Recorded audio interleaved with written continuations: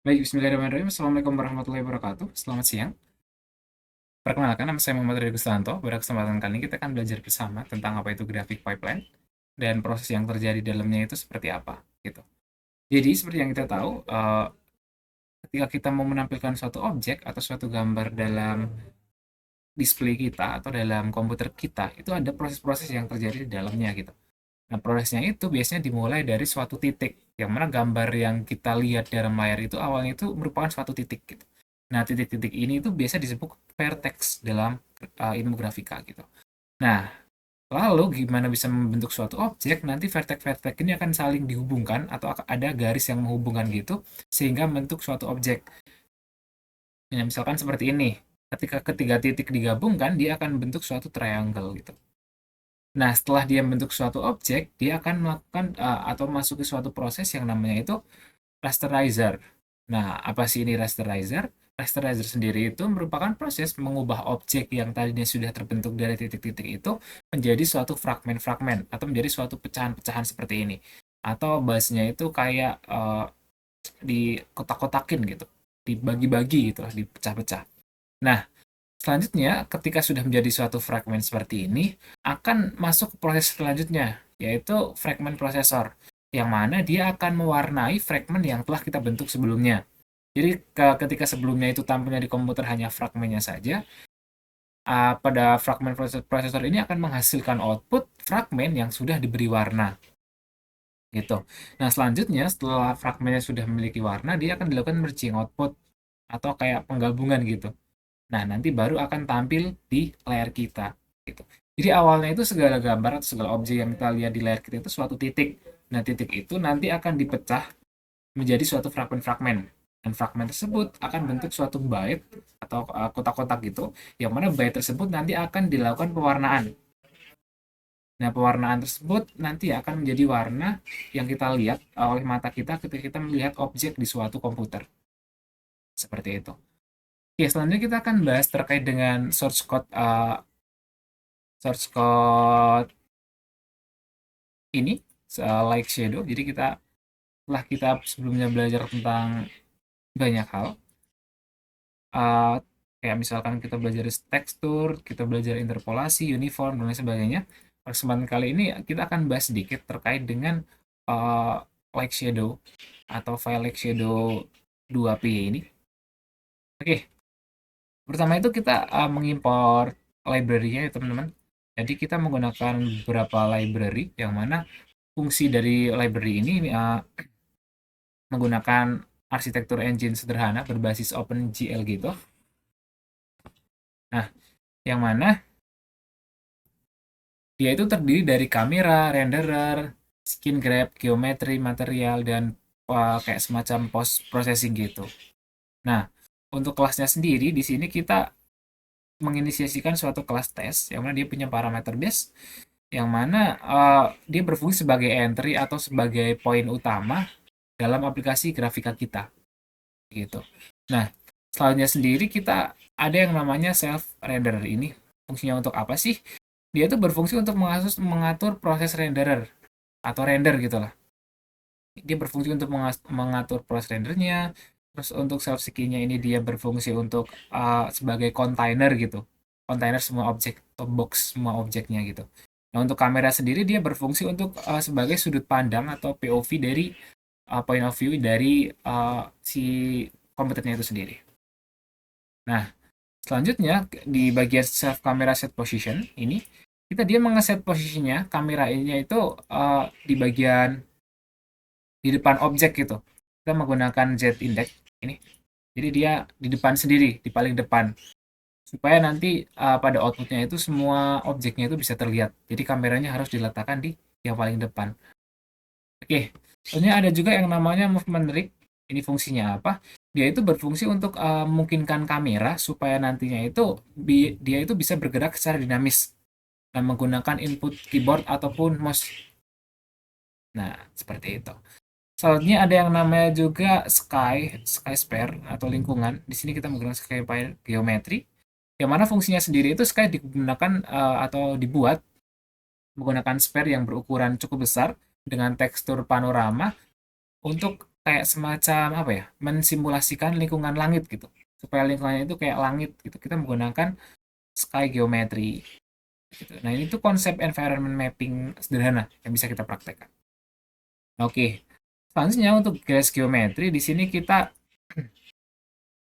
grass geometry di sini kita itu kayak membuat semacam tanah gitu, dibuat menggunakan rectangle geometry dengan tekstur yang ini gimana ya? Dengan tekstur grass yang diulangkan atau diulang-ulang menggunakan UV mapping. Jadi dia akan menghasilkan suatu objek kayak semacam rumput gitu, dan dia akan dilakukan perulangan atau di istilah grafisnya sendiri itu biasa kita sebut UV mapping. Nah, untuk selanjutnya ada juga grass rotate. Rotate ini dia untuk apa namanya? Kayak memutar grass-nya gitu supaya dia itu horizontal. Jadi nggak vertikal, supaya grass-nya kayak grass beneran gitu, horizontal. Nah, untuk selanjutnya ada juga namanya sphere atau objek utama yang akan kita buat. Di sini kita nanti akan buat suatu kayak globe gitu. Nah, fungsinya apa? Di sini ada sphere tekstur, ini untuk mengatur tekstur pasti ya teman-teman. Nah, karena sphere ini nanti akan menjadi objek utama yang diberi tekstur, nah nanti kita akan perjelas efek pencahayaan dan juga post processingnya gitu. Nah, untuk selanjutnya ada juga namanya self post processing, yang mana dia itu akan memproses layar yang terlebih dahulu menggunakan post processing ini. Begitu. Jadi dia nggak langsung ditampilkan, tapi akan diproses terlebih dahulu.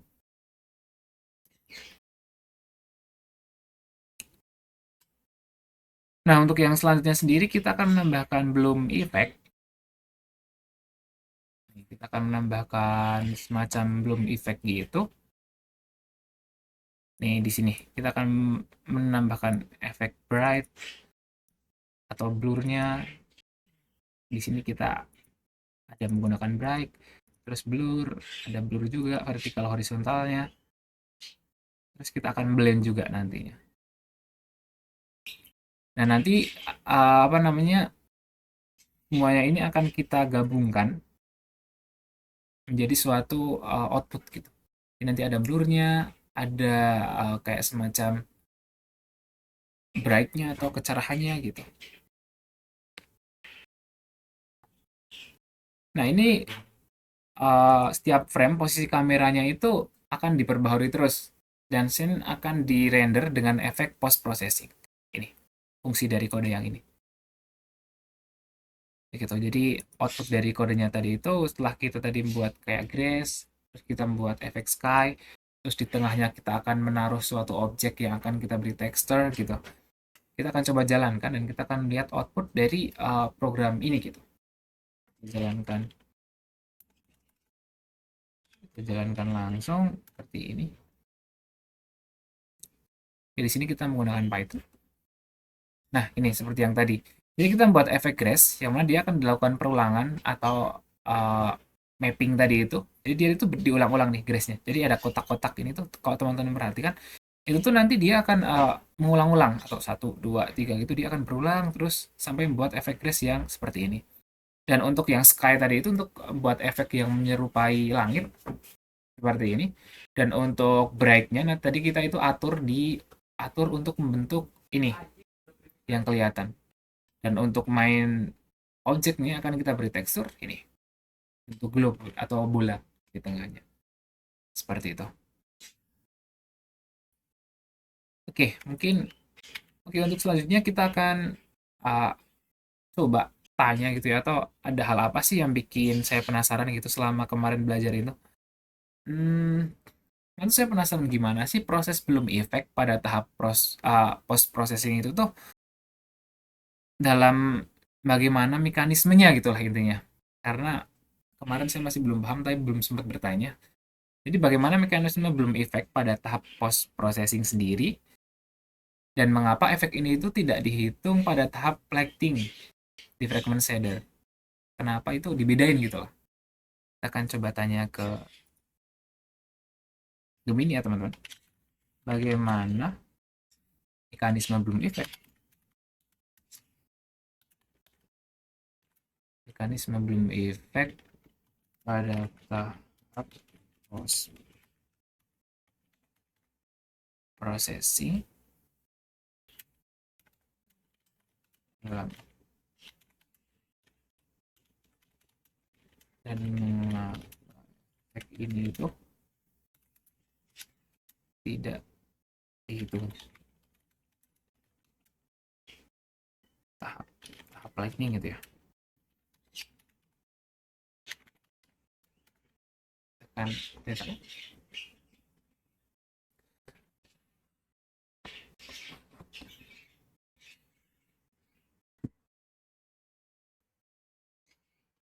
Oke, jadi ini jawaban dari Gemini.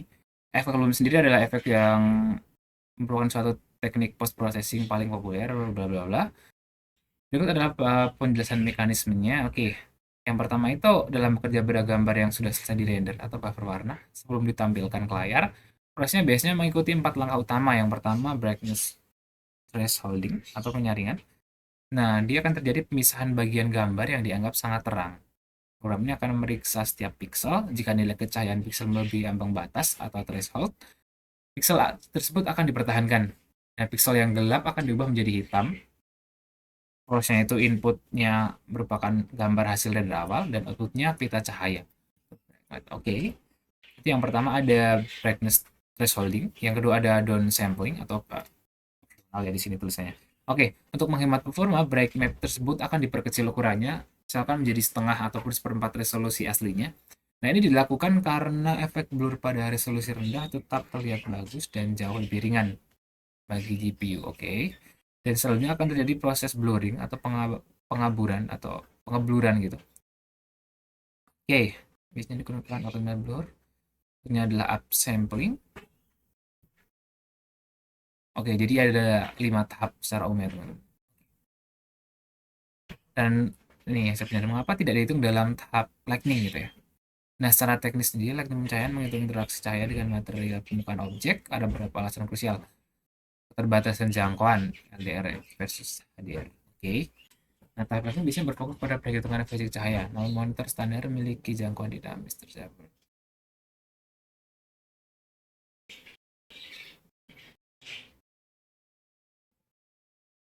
Lightning bisa menggunakan cahaya matang dari benda belum punya lensa kamera. Oh, oke oke oke.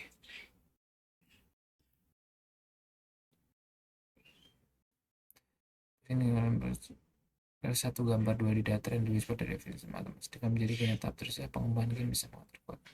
Oke, jadi mungkin tuh kenapa dia nggak dimasukin ke lightning selain karena keterbatasan jangkauannya sendiri, karena efek lensa itu beda sama efek fisik gitu ya. Oke, oke saya jadi paham. Nah, lightning sendiri itu dia lebih fokus ke efek fisiknya, kalau belum sendiri itu dia lebih fokus ke efek lensanya atau gimana mata kita atau suatu lensa itu merespon suatu cahaya gitu. Selain itu untuk kenapa dipisah juga untuk efisiensi komputasi pastinya biar nggak lama, biar GPU kita itu nggak bekerja ekstra gitu.